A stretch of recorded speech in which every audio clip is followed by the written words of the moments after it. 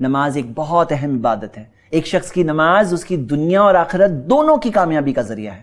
اگر ایک انسان نماز میں پابند ہو جائے اس کے اندر ایک سیلف ڈسپلن دنیاوی طور پر بھی آ جاتا ہے, کانسنٹریٹ کرنے کی صلاحیت آ جاتی ہے, ٹائم مینج کرنے کی صلاحیت آ جاتی ہے, اور آخرت کے اعتبار سے اللہ کی یاد دل میں ہوتی ہے, اللہ تعالیٰ کی مدد اس کے ساتھ ہوتی ہے. اس کی عبادتوں میں ایک اہم ترین عبادت ہے جس کا اثر اس کی پوری زندگی پہ پڑتا ہے.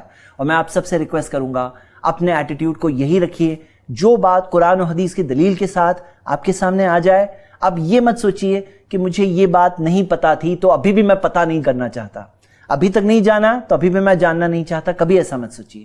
یہ سوچئے کہ ابھی تک نہیں پتا چلا, ابھی پتا چل گیا, ابھی میں عمل کروں. یہاں تک کہ میں کہوں گا کوئی شخص اگر 60-70 سال تک عبادت جس نے کی ہے, اگر اسے کوئی ایک بات پتا چل جائے تو اسے یہ سوچنا چاہیے میرا خاتمہ اس چیز پر ہو جس میں میں صحیح اور بہتر چیز کر رہا ہوں, اور اسی حال میں میرا خاتمہ ہو, کیونکہ اعمال کا دار و مدار خاتمے پر ہوتا ہے. تو شروع کرتے ہیں نماز. نماز میں بعض چیزیں ارکان ہوتی ہے. ارکان رکن سے آتا ہے, رکن یعنی پلر. رکن کا مطلب پلر. جیسے بلڈنگ کا پلر اگر نہ ہو تو کیا ہوگا؟ بلڈنگ کا پلر اگر نہ ہو, کاٹ دیا جائے, توڑ دیا جائے تو کیا ہوگا؟ بلڈنگ گر جائے گی. بلڈنگ ہی گر جائے گی. تو ہم دیکھتے ہیں نماز میں بھی بعض چیزیں ہوتی ہے ارکان, اور ہم آسانی کے لیے آپ کے سامنے 12 ارکان رکھنے والے ہیں, بتانے والے ہیں سٹیپ بائی سٹیپ انشاءاللہ, سٹیپ بائی سٹیپ.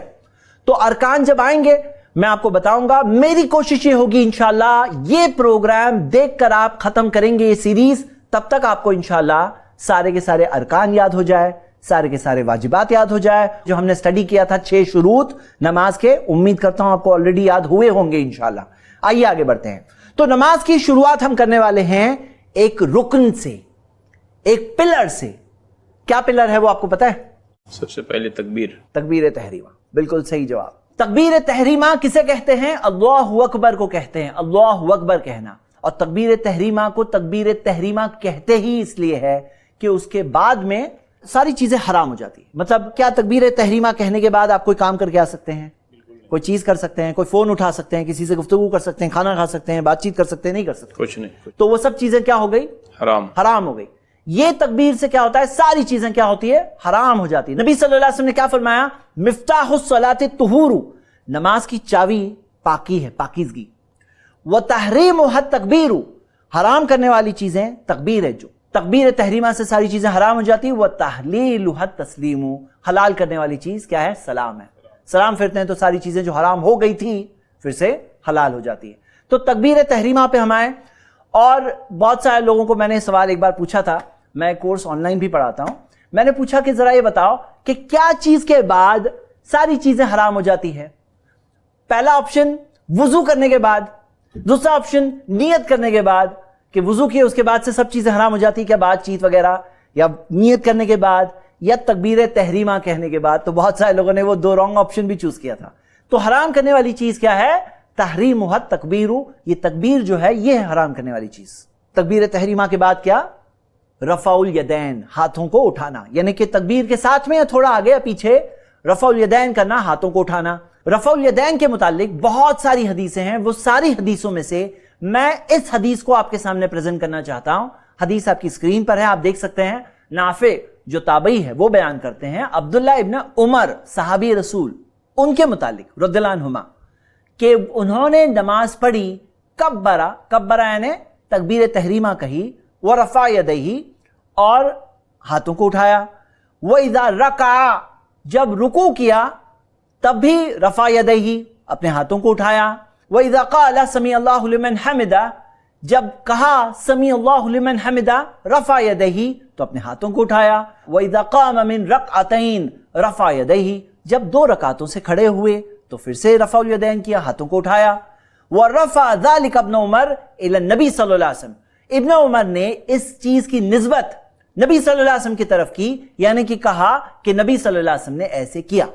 اب یہ حدیث میں نے خاص اس لیے بتایا کیونکہ بعض لوگ یہ کہتے ہیں کہ رفع الیدین پہلے ہوا کرتا تھا, پھر بعد میں منسوخ کر دیا گیا. تو آپ بتائیے اگر کوئی چیز منسوخ کر دی گئی ہوتی تو کیا صحابی رسول تابعی کو وہ کر کے بتاتے؟ مطلب جو چیز کینسل ہو گئی, جیسے مثال کے طور پہ قبلہ پہلے کیا تھا؟ بیت المقدس. بیت المقدس. اب بتاؤ کہ کیا کوئی بیت المقدس کی طرف نماز پڑھ کے بتا سکتا ہے؟ بالکل بھی نہیں. کیوں نہیں کر سکتا؟ کہ منسوخ کر دیا گیا کہ وہ کینسل ہے، منسوخ ہے. یعنی جو چیز منسوخ ہوتی ہے وہ چیز کرنا بالکل جائز نہیں ہوتا.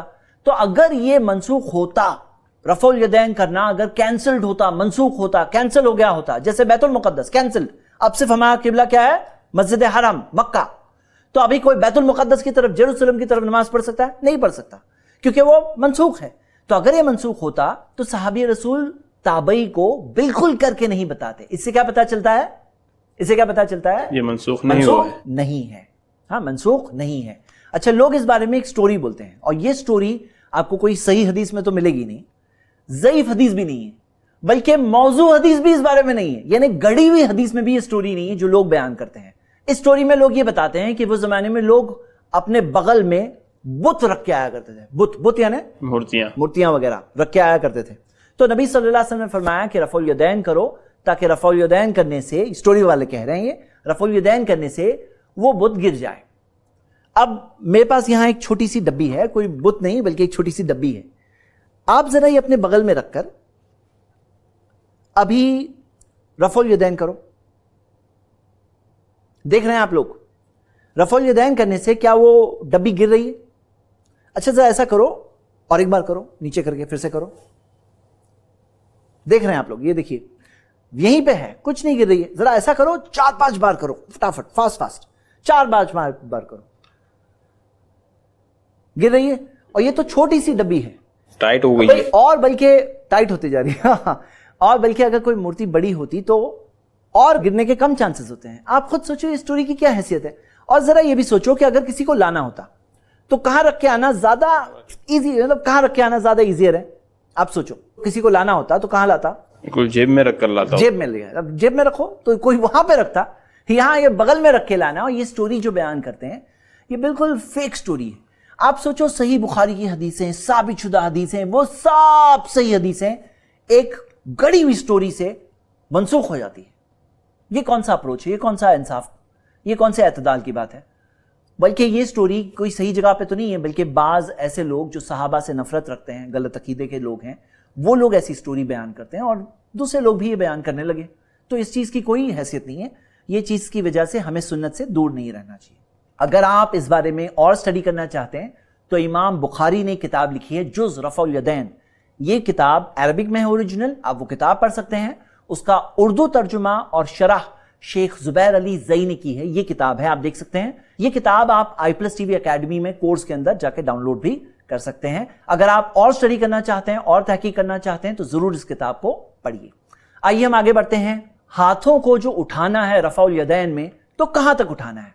کہاں تک اٹھانا ہے؟ دیکھیے اس بارے میں حدیث آپ کی اسکرین پر ہے. عبداللہ ابن عمر رضی اللہ عنہما بیان کرتے ہیں کہ نبی صلی اللہ علیہ وسلم اپنے ہاتھوں کو کندھے تک اٹھاتے. حذو منکبیہ، پہلی حدیث. اذا افتتح الصلاۃ، جب نماز شروع کرتے. وَإِذَا كَبَّرَ لِلرُّكُوعِ، اور جب رکوع میں جاتے. وَإِذَا رَفَعَ رَأْسَهُ مِنَ الرُّكُوعِ، جب رکوع سے سر اٹھاتے. کب اٹھاتے؟ اذا افتتح الصلاۃ، جب نماز شروع ہوتی تب اٹھاتے. وَإِذَا كَبَّرَ لِلرُّكُوعِ، جب رکوع کے لیے تکبیر کہتے تب اٹھاتے. وَإِذَا رَفَعَ رَأْسَهُ مِنَ الرُّكُوعِ، جب رکوع سے سر اٹھاتے. رَفَعَهُمَا كَذَلِكَ أَيْضًا وَقَالَ سَمِعَ اللَّهُ لِمَنْ حَمِدَهُ، جب سمع اللہ لمن حمدہ کہتے تب نبی صلی اللہ علیہ وسلم اپنے ہاتھوں کو اٹھاتے 3 موقع. وَكَانَ لَا يَفْعَلُ ذَلِكَ فِي السُّجُودِ، اور نبی صلی اللہ علیہ وسلم سجدے میں ایسا نہیں کرتے. سجدے کے حالت میں نبی صلی اللہ علیہ وسلم اپنے ہاتھوں کو نہیں اٹھاتے. یہ نارمل عمل ہے.